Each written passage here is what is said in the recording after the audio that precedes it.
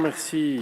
La parole est maintenant à Monsieur Frédéric Petit, rapporteur pour avis de la Commission des Affaires étrangères, pour une durée également de 5 minutes.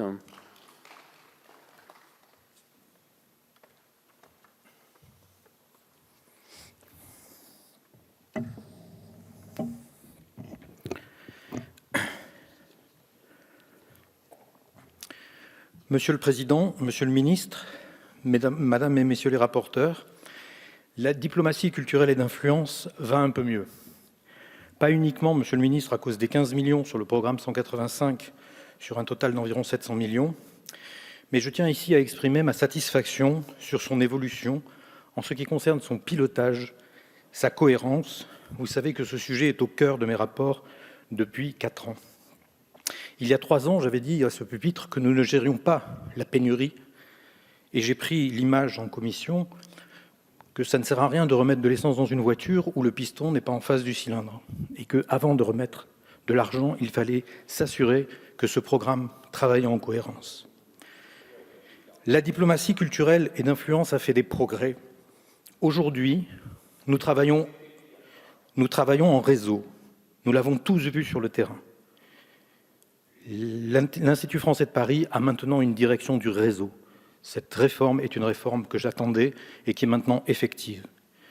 Les ambassadeurs travaillent, Monsieur le Ministre, vous l'aviez dit dans votre discours aux ambassadeurs en 2019, travaillent beaucoup plus comme des chefs d'orchestre chargés de faire travailler des virtuoses, comme des généralistes recherchant des spécialistes.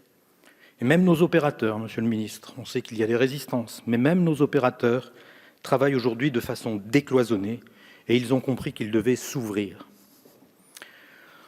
En 2017, j'étais allé au Liban, carrefour de notre influence culturelle. J'y suis retourné cette année. Et si la France est toujours présente dans ce pays, et je dis bien la France, je ne dis pas le ministère, je ne dis pas l'ambassade, si la France est toujours présente dans ce pays marqué par 2 années de crise politique et sociale, puis dévasté par une catastrophe, c'est bien grâce à ce décloisonnement. Quand le poste diplomatique me parle aujourd'hui de diplomatie éducative, il ne me parle pas uniquement des 54 lycées homologués, il me parle des 300 lycées francophones, et c'est eux que nous allons voir. Quand je discute avec les artistes libanais, ils ne me parlent pas du dernier festival français à l'Institut français, ils me parlent de ce dispositif extraordinaire, très peu coûteux, qui s'appelle Nafas, respiration en arabe, et où la France a permis à 100 artistes libanais de venir respirer en résidence en France.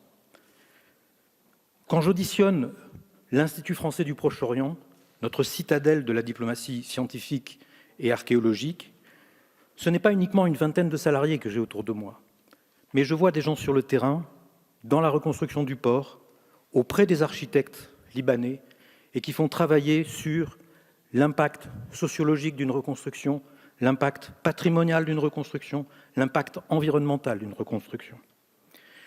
La France, toute la France, est bien présente au Liban, y compris nos volontaires internationaux. Je les ai rencontrés, des jeunes qui s'engagent. Et les services de l'ambassade en sont les animateurs, donnent les impulsions, et bien au-delà de la stricte gestion de leur budget propre.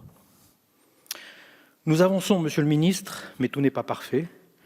J'ai fait quelques recommandations, je voudrais ici en rappeler quelques-unes. Je pense que nous devons faire un point d'étape, un rétex, un retour d'expérience sur 2 dispositifs. Les contrats à recrutement sur place, qui ont longtemps été vus comme une espèce, comme on l'a rappelé tout à l'heure, comme une espèce de manière un petit peu moins chère. Je crois qu'ils sont logiques dans ce que nous faisons. Nous ne pouvons pas avoir des fonctionnaires détachés partout. Nous devons faire un rétex. Nous avons aujourd'hui besoin de contrats recrutement sur place avec une visibilité.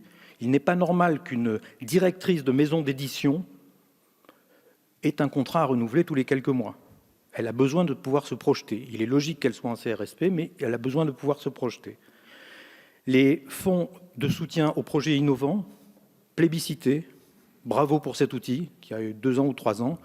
Nous devons maintenant revenir et voir comment nous allons les inscrire dans le temps, de façon à ce qu'ils s'enchaînent après avec le droit commun. Je pense, Monsieur le Ministre, que nous devons mieux coordonner en France notre diplomatie scientifique.